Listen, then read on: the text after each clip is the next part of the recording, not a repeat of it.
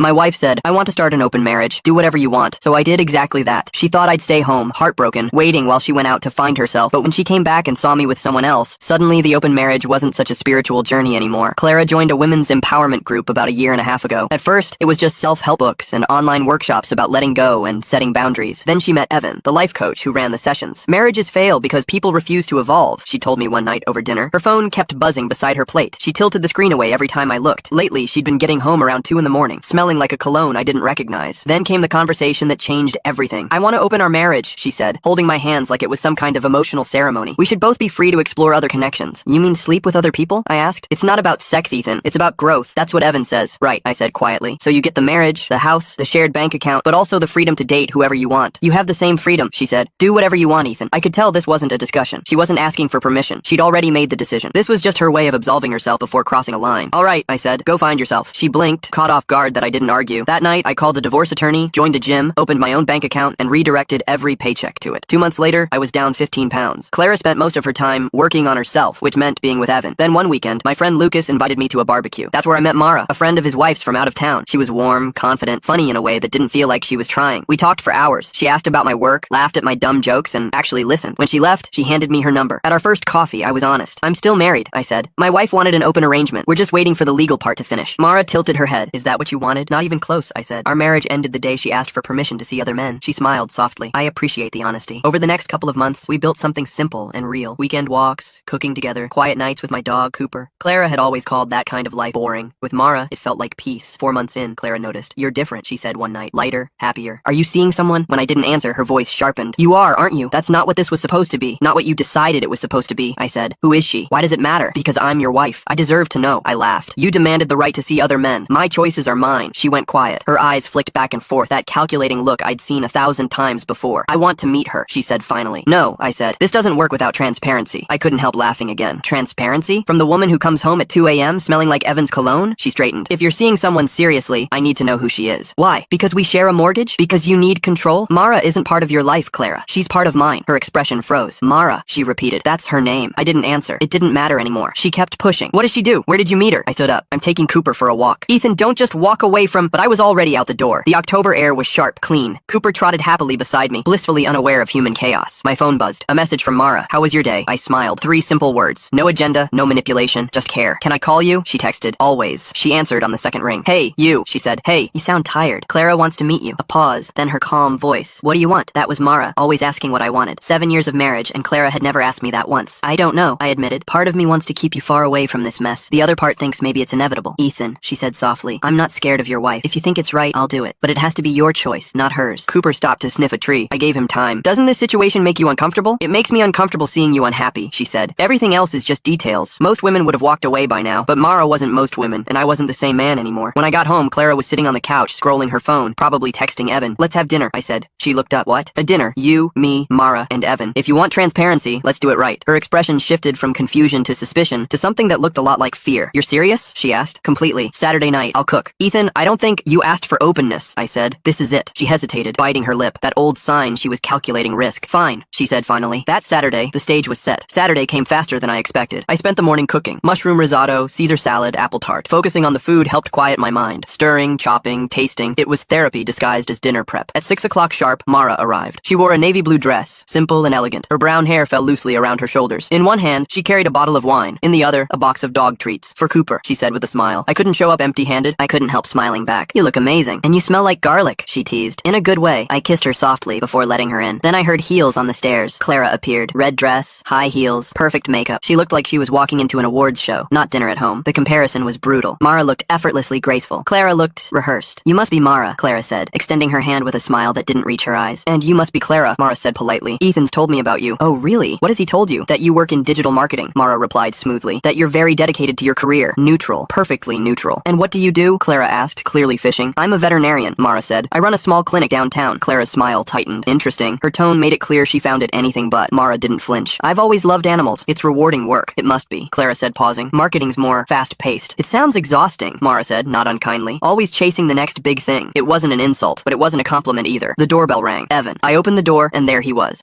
And if you don't want to wait for part 2, you can watch the full story on my YouTube channel. Just tap share, then more, and click the YouTube link here on my profile. Or search for the channel Cooper Reddit on YouTube.